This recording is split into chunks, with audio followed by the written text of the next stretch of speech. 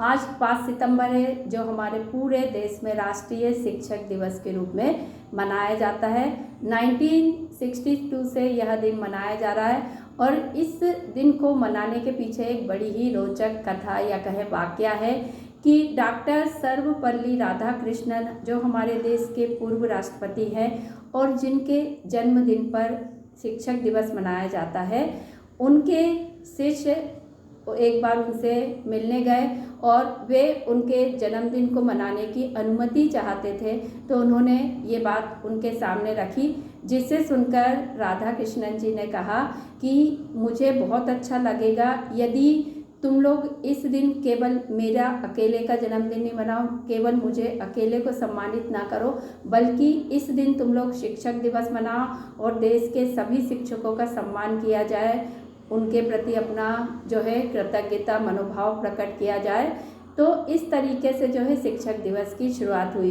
तो डॉक्टर सर्वपल्ली राधाकृष्णन जी ने अपने जन्मदिन को सभी शिक्षकों को समर्पित कर दिया, ताकि आज के दिन हर एक शिक्षक के प्रति हम कृतज्ञता ज्ञापित करें और हमारे मन में ये भाव आए कि देखें किस तरीके से शिक्षक जो है हमारे राष्ट्र के भावी कर्णधारों को तैयार करते हैं। एक शिक्षक जो है अपनी जो है शक्ति से या अपनी जो ज्ञान पावर है उसके माध्यम से कई IAS तैयार कर देता है, इंजीनियर तैयार कर देता है, डॉक्टर तैयार कर देता है, शिक्षक तैयार कर देता है। मतलब एक शिक्षक यदि सही तरीके से किसी भी स्टूडेंट के भविष्य को जो है निर्माण में सहायक बनता है, तो उस तरीके से जो है विद्यार्थी आगे बढ़कर बहुत कुछ करने की जो है क्षमता रखता है।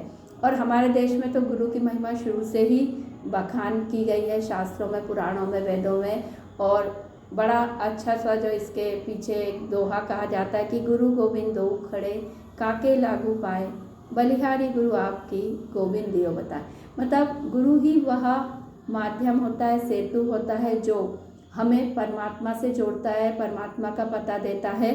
तो गुरु की महिमा तो हर जगह बताई गई है और गुरु जो होता है अपने ज्ञान से शिष्य को तैयार करता है। और हमारे देश में 4 युग माने जाते हैं, सतयुग, त्रेता युग, द्वापर युग और अभी ये जो कलयुग चल रहा है।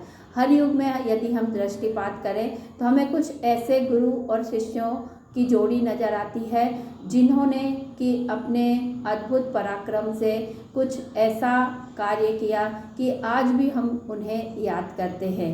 तो ये होता है एक गुरु का कार्य कि वो अपने जो है ज्ञान से शिक्षक शिष्य को इस तरीके से तैयार करता है कि वह आगे चलकर अपने गुरु को भी अपने साथ जो है आगे बढ़ाता है। तो इस तरीके से जो है हम यदि देखें तो हमें बहुत सारे गुरु शिष्य नज़र आते हैं जो एक दूसरे के पूरक बन के, एक दूसरे के सहायक बन के आगे आते हैं और हमारे लिए भी प्रेरणा का स्रोत बन जाते हैं। जैसे मेरे गुरुदेव योग गुरु जो सदी के महानतम योग गुरु हैं स्वामी रामदेव जी, मैंने उनसे शिक्षा प्राप्त की और उसके बाद मेरे जीवन की दिशा दशा जिस तरीके से बदली, तो मुझे लगता है कि हर गुरु अपने शिष्य के जीवन में इसी तरीके से भूमिका निभाता है। उसके आने के बाद उसके शिष्य का जीवन पूरी तरीके से बदल जाता है। लेकिन एक बात यहाँ पर ध्यान देने योग्य है कि केवल शिक्षक ही योग्य हो, ज्ञानी हो, इससे काम नहीं चलता।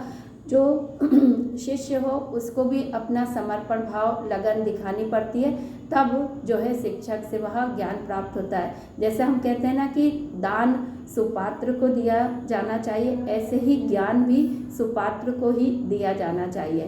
तो दोनों एक दूसरे से ज्ञान लाभ ले सकते हैं, लेकिन उसके लिए आपके अंदर उतनी जिज्ञासा होना चाहिए, उतनी प्रबल तीव्र इच्छा होना चाहिए, तब जो है ज्ञान की प्राप्ति होती है और ये ज्ञान आपको जो है आगे बढ़ाने में सहायता करता है।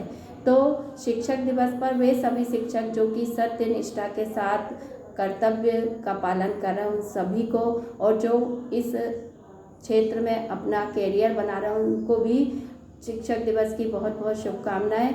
क्योंकि शिक्षक पूरे राष्ट्र के जो नींव है उसका निर्माण करता है, तो शिक्षक बहुत बड़ी भूमिका निभाता है।